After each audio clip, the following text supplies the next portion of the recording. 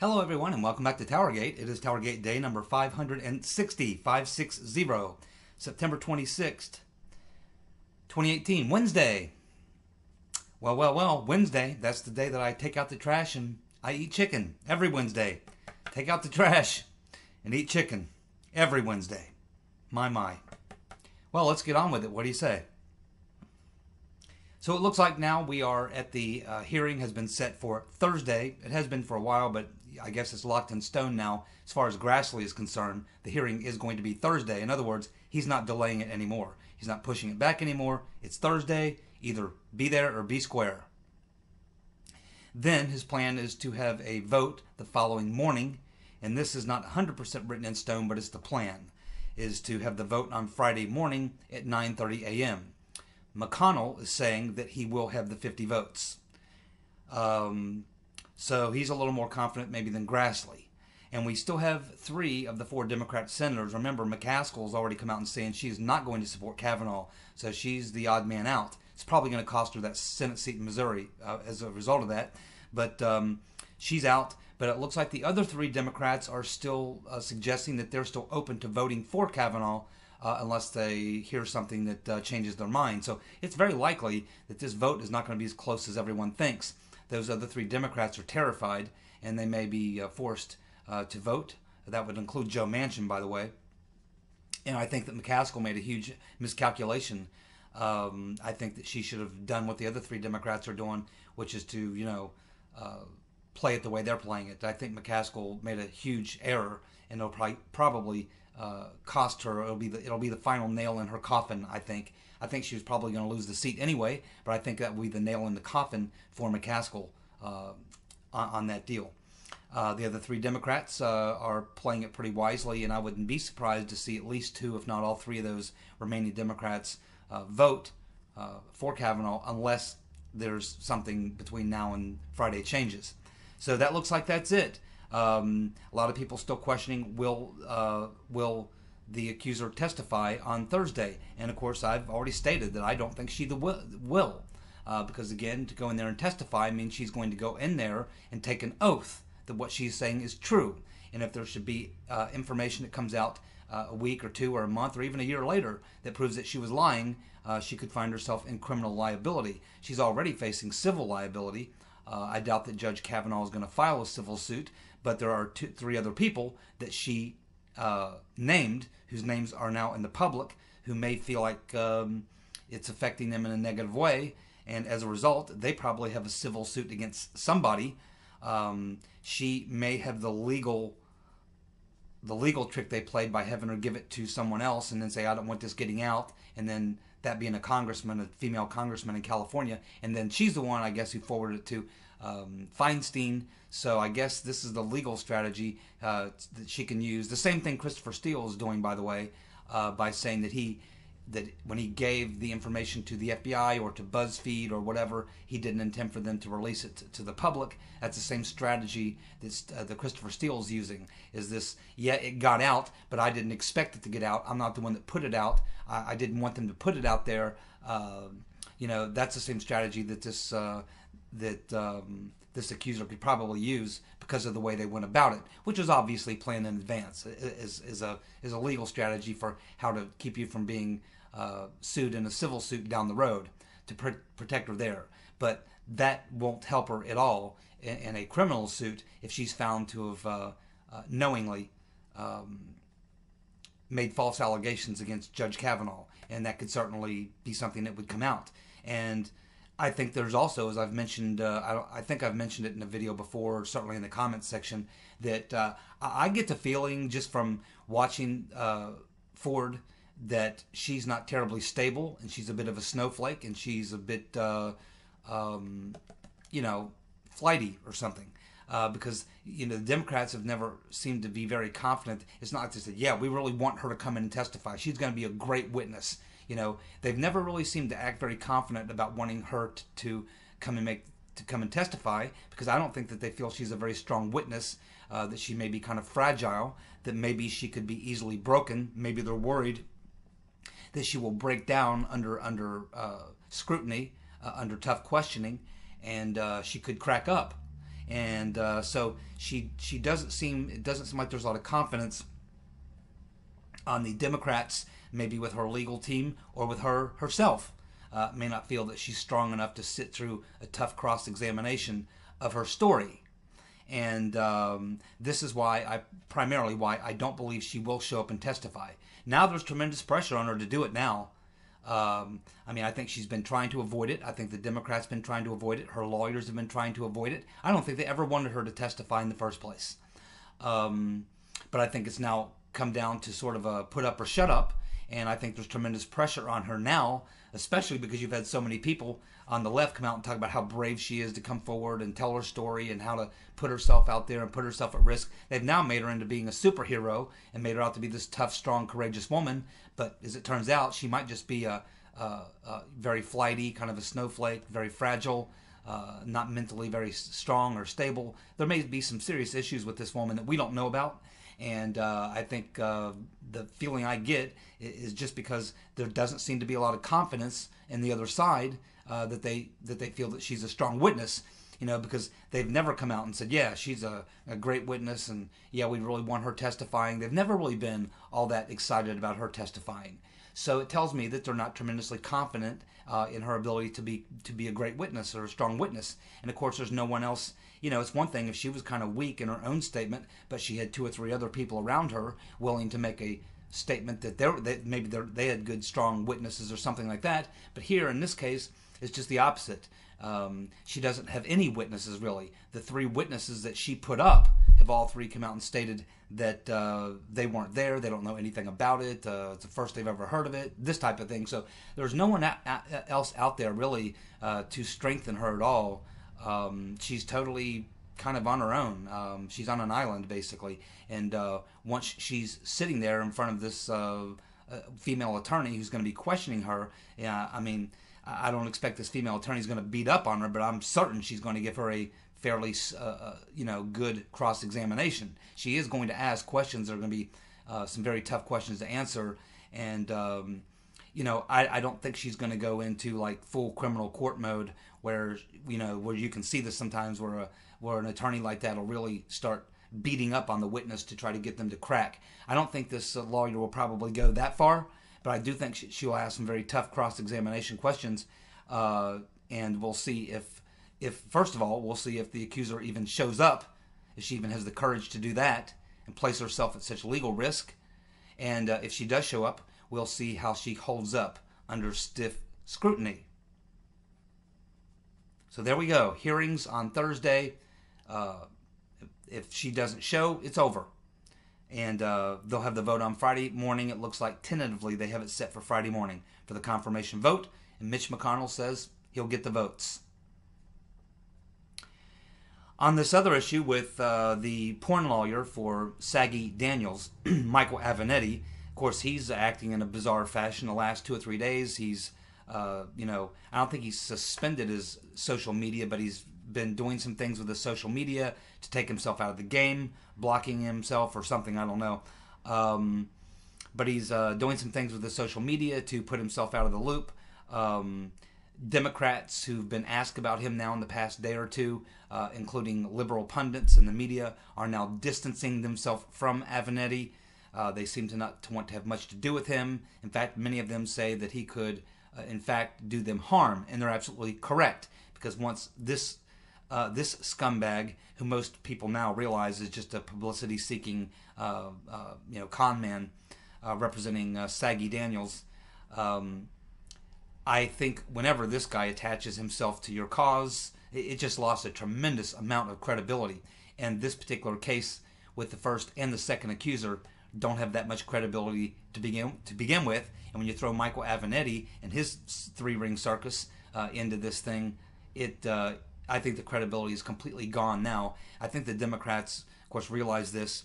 They're going to be in trying to save themselves somehow, but this is going to blow back very badly on them. They've really botched this in a very, very bad way. And the Republicans have not caved, so they were counting on the Republicans caving or Kavanaugh caving, and neither have done that. So the president stood behind him. The judge himself, Kavanaugh, has said, I'm not going to back down, I'm going to fight. And the Republicans have done a pretty good job of having his back. So I don't think this turned out the way that the Democrats thought. And of course, Avenatti, anytime that guy jumps into the game, it's the credibility of anything he touches goes down the drain, as far as I'm concerned. And I think for a lot of people. So anyway, yes, lots of Democrats and people on the left distancing themselves from Avenatti. And now he's saying that this so-called accuser, and she supposedly had witnesses, and she was a witness and a victim, according to him. But there was other people, he said. Now, apparently, this person is getting cold feet. They do not want to come forward. So this is the excuse that he's using, is that his great witness now is suddenly getting second thoughts or cold feet, however you want to put it. His witness now apparently not interested in pursuing it. Alrighty, so we also have the second accuser, Ramirez. It appears that they were trying to have her come in on Thursday as well. They have been trying to get in contact with her attorney, and the only thing he's not cooperating at all. Her attorney will only say, "Hey, read the New Yorker piece. It's all there. What we have to say is in the New Yorker piece." I mean, so what do you make of that? I mean, they're just calling to say, "Hey, man, does your accuser want to come and testify on Thursday too? We got time for both." But apparently Miss Ramirez is not interested in testifying either. Not interested. And just wants everybody to go away. She put a sign on her garbage can with her numbers 800 with her numbers with a number of her lawyer. "Don't call me. I'm not talking to anybody. Thanks for respecting my privacy. Call my lawyer. Here's his number." Put that on her trash can on a sign. So obviously she's not interested in coming forward. You don't have to worry about her anymore. She's gone. And then of course Avenatti, his little deal is blowing up in his face, which just leaves you this one, the original first accuser. And I am still not 100% sure. In fact, I'd be saying it's probably 50-50. Maybe she shows, maybe she doesn't. I don't think she will. I think she's going to back out at the last minute. I think they'll try to find a way to give her a reason to back out. I think they'll try to say, well, we just don't like the terms, and she's not comfortable with the terms, so she's not going to testify. And then they're going to try to play the same game. Well, what we want is an investigation. What we want is this and this and this. We want this. We want that. We want this. And it's just not going to work. Again, Thursday, she either shows and testifies, or that's it.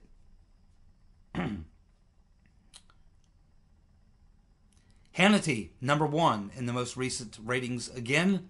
And that would put Rachel Madcow coming in a distant second, which is fairly important because prior to Sean Hannity moving his show, and I'm not a huge Sean Hannity fan, by the way, but when he moved his show back to from 9 to 10, he really picked up quite a bit in the ratings. And prior to that, Madcow had been pretty much winning the ratings war in that time slot, but he's now been kicking her butt in that time slot since he moved into that time slot, and he's done it again. And so she is dropping, actually.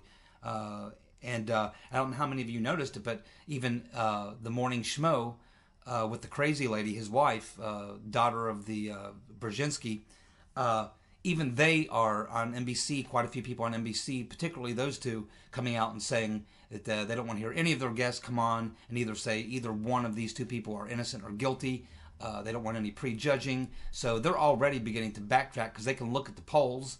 They can look at how the ratings are working out for everyone else, and they can see people who are coming out and just smearing Kavanaugh without giving him even the benefit of the doubt, that people don't want to hear that, and they turn the channel.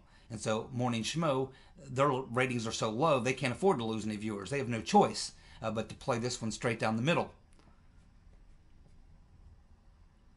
Trump gave a great speech at the UN today. I didn't get to watch all of it, but I watched some clips, the highlights of it. My favorite thing about Trump speaking at the UN is when he goes off and starts talking about what he calls patriotism over globalism, when he starts denouncing globalism. I love it when he does that. I love watching the looks on the faces of those New World Order criminals, globalists, when Trump is dissing globalism.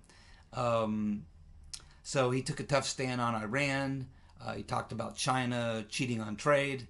He talked about the fact that another thing he said before at the UN is when he talks about, hey, I was elected by the American people. I'm putting America first. I'm here to do the business for America. I'm not here to do the business for the global, the global aristocracy. I'm here for the people of the United States of America. That's who I represent. And then he tells them, and you should represent your countries too. You should put your countries first. I can tell you every time I come here, or every negotiation I have with you, it's going to be to negotiate in the best interest of the United States. And all of you should negotiate in the best interest of your countries. And this is something these globalists can't stand to hear, because of course they want to erase all boundaries on the planet. They want one big world order, one government, one central bank, with them sitting at the head of all of it. So they've spent nearly 100 years creating this system. The globalist New World Order started with the very beginning, back with Woodrow Wilson and the League of Nations. That was the beginning of their press for the New World Order, one world government. And Trump, in 8 years, Trump could set back the New World Order 50 to 100 years. I mean, it could completely topple everything that they've been working on for 100 years. Trump could turn it all back. And you can just see that their faces when he talks about that. They know that he's just destroying their globalist New World Order and one world government. He's destroying it, and they can't stand it. And I love it. James O'Keefe, as I mentioned yesterday, he's already taken 2 scalps. There will be many more. There's open investigations into both those departments with all the people who were associated with the 2 people whose scalps have already been taken. Now he releases video number 4, and this one he is targeting the IRS. And so he's got 2 people now on video. He's got this guy here, what's his name? Thomas Sheehy. And this guy is a tax examiner for the IRS. And he was talking also, he's also a member of the Democratic Socialist of America. He's talking about the fact that it was funny that they were targeting conservatives. He was talking about the fact that he does a lot of work for the Democratic Socialist of America on company time. When he's supposed to be doing IRS work, he's actually doing work for the Democratic Socialist of America. He talked about the fact that when he was asked if some of the things he's doing are illegal, he laughed and admitted, oh yeah, I'm sure, definitely illegal. But hey, I don't, quote, in his words, I don't give a shit if it's a crime. He doesn't give a shit if it's a crime. They don't care. Then he gets this other guy who's a lawyer for the IRS in D.C., and he's saying a lot of the similar type things. And he also got into the IRS issue with Lois Lerner in Cincinnati and talking about how they were specifically targeting people. And he was saying, yeah, well, that was probably unfair and stuff like that. But hey, that's the way it goes. That's how things work here, And so he basically admits that there was certainly targeting to punish conservative groups, Tea Party groups, and things and such. So now we have, and his name is Jerry Simasek. So now we have 2 more individuals whose scalps will probably be taken, because here you have at least one of them admitting to committing crimes himself and doing work for his political party, the Democratic Socialist of America, on company time. He'll probably, I would certainly believe he's going to be fired, Mr. Sheehy. And then the other guy, Jerry Samasek, I don't know that he incriminated himself by anything he said, but he did incriminate, or certainly gave strong evidence that he was aware that the targeting was going on in the Cincinnati office with IRS Commissioner Lois Lerner, and he was basically laying that out. So where that will lead to, I don't know. But it should lead to a real investigation of the IRS targeting scandal, which was covered up in a whitewash, and Lois Lerner should be in jail, quite honestly.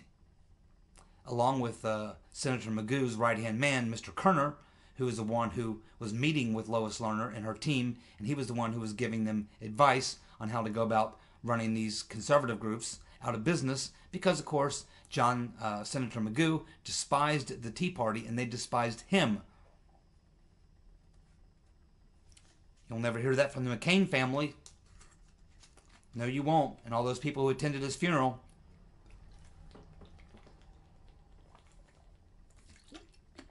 Will never want to admit that Senator Magoo was working with the Democrats to go after them Tea Parties.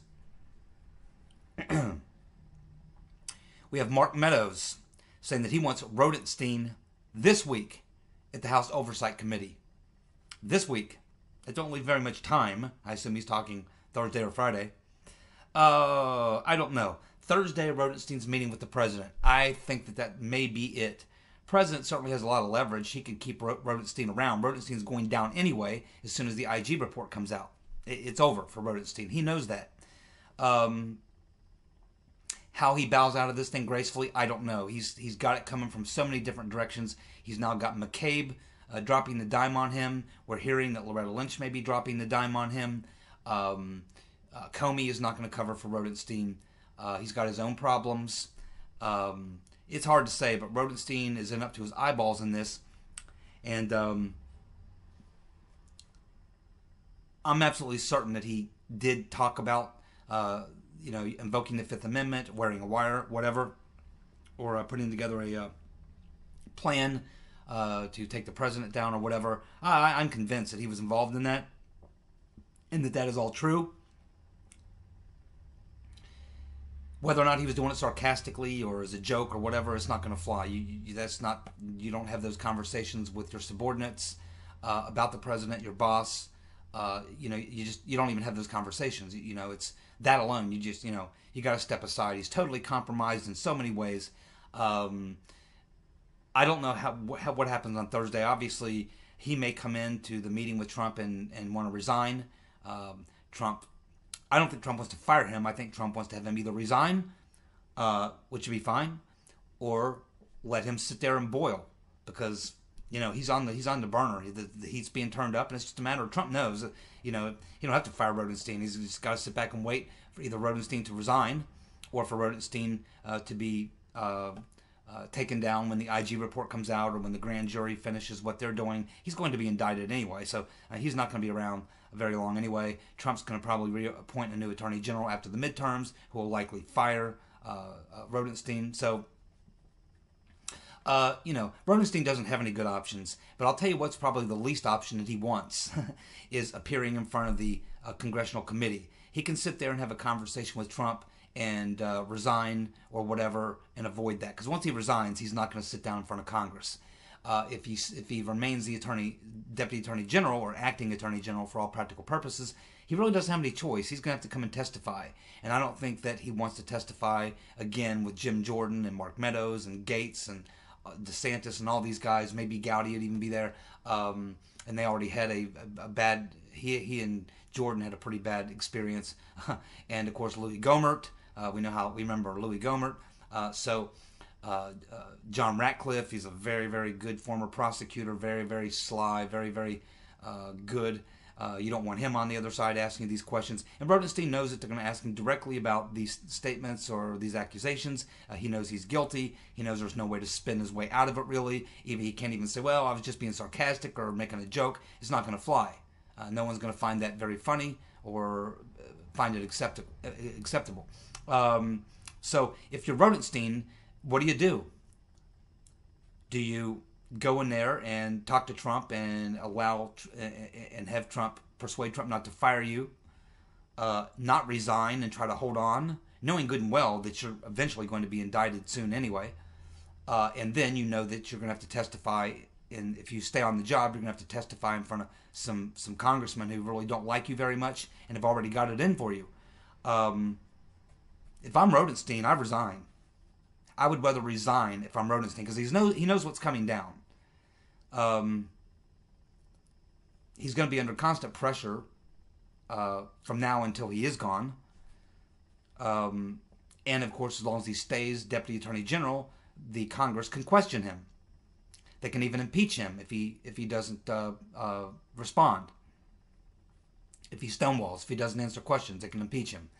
So Rosenstein's got some bad options, but he's got to find the best of the bad options and take that. I think the best of the bad options he has is to resign Thursday morning, have a conversation with the president, and then resign. Because I don't think Trump's going to fire him.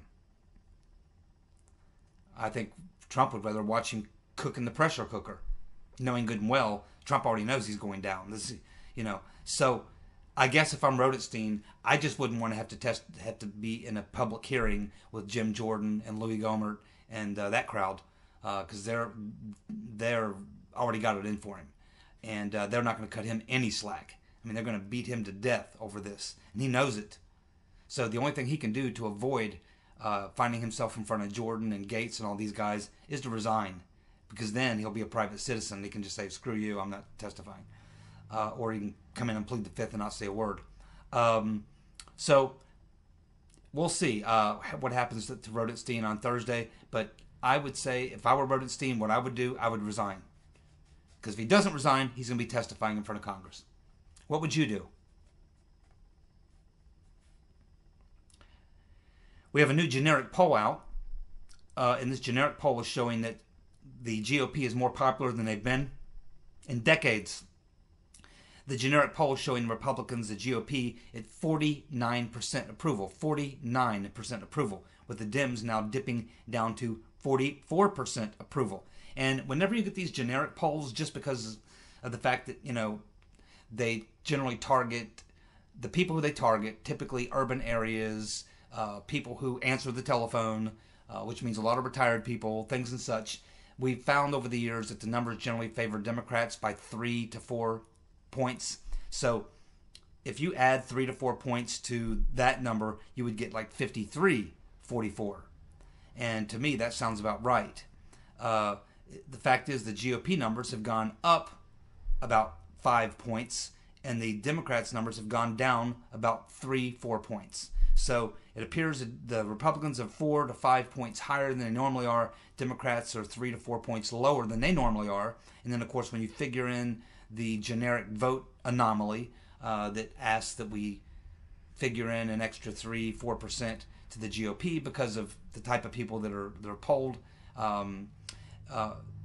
you can see here that the Republicans probably have much better, probably 7, 8, 9 points in reality right now in favorability over the Democrats, and that's a death knell for the Democrats. It's just impossible. Even if they're even, let's just say they're both 45-45, that would generally even favor the Republicans. Generally, the Republicans have to, the Democrats usually have to do 2 to 4 points or percentage points better than the Republicans in a generic poll for it to actually turn out that way.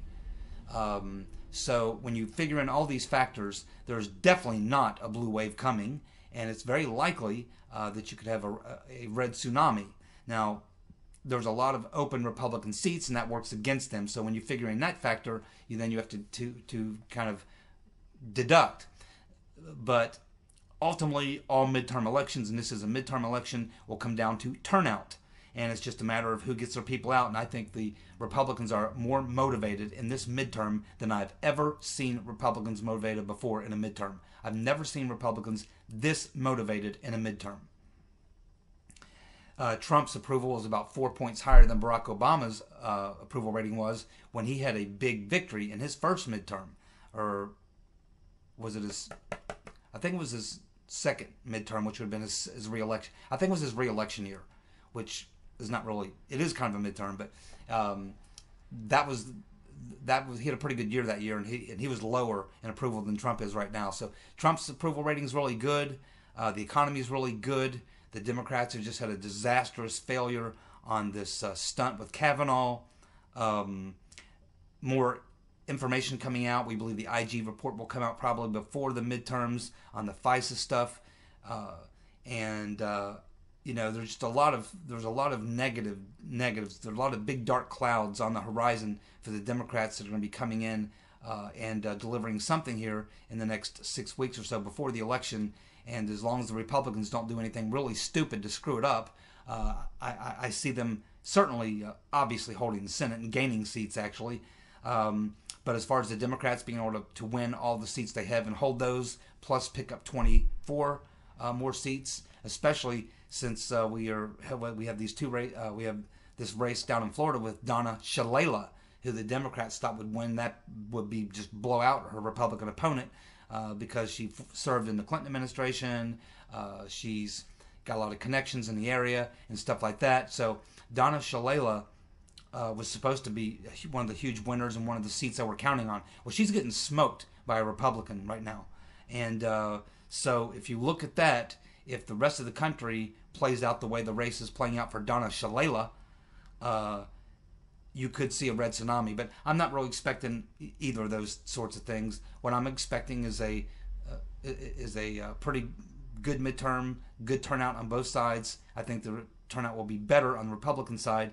I think the turnout will be better in the places where they need to turn out. I think the Democrats could have big turnouts in the urban areas, but they're just running up the vote. I mean, there was never any doubt that Democrat was going to hold that seat anyway. They're just going to have, a lot more people vote.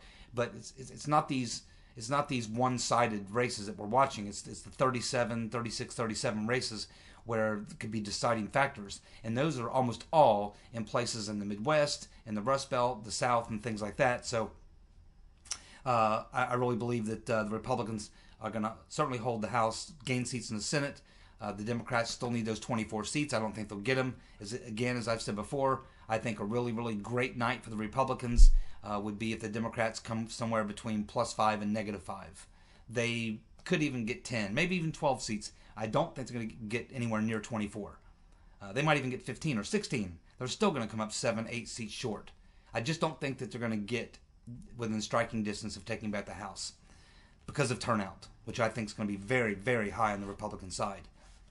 Finally, George Papadopoulos, still tweeting. And his tweet was very interesting. His most recent tweet's very interesting because he said that he wants the Congress to investigate what happened to him. An investigation. They wanted to look into the spies, the people that came into contact with him, particularly in the UK. But now he's going one step farther, saying he's looking forward and wants to testify to the Congress after the declassification or after the 20 pages come out. What does Papadopoulos know about those 20 pages that we don't know? Well, Trey Gowdy said that the 20 pages would cause embarrassment mainly for John Brennan. So I'm starting to think that what's in those 20 pages has a lot to do with what was happening on foreign soil over in the UK. Maybe something to do with Papadopoulos. Maybe it mentions Halper and Downer. Maybe that's why the UK and Australia do not want those 20 pages released, because maybe it's in those 20 pages that we see Halper and Downer in the mix. And that would involve John Brennan, because it would be John Brennan working with British intelligence on that plot. So it's looking more and more like now you have Papadopoulos saying that he doesn't want to testify. He does want to testify, but not until after those documents are released, because he wants to be able to talk about it. So he must know that in those 20 pages are things that deal with the people who made contact with him, which would be Halper and Downer. And he's talking specifically about that they need to look into what was going on with the British intelligence, because he, in his previous tweet, said British intelligence knew what was going on. The British government knew what was going on about what was happening with him when he was over in England. So clearly, I think that these 20 pages are going to shed a lot more light on Halper, Downer, the role of the British and Australian governments in the whole plot, embarrassment for John Brennan. So, yeah, Papadopoulos definitely wants to testify, but he wants to make sure that when he testifies, that whatever's in them 20 pages, and he obviously feels it's something that's pertinent to his situation, he wants that to come out. He wants it to come out what happened, which was he probably believes at this point he was set up. That's what it looks like to me, to most of you, and it certainly looks that way to him. So that is what's going on. We'll continue to watch that situation. It's all very fluid. So thank you so much for tuning in, and I'll be back tomorrow with more TowerGate. You guys have a good night. Bye.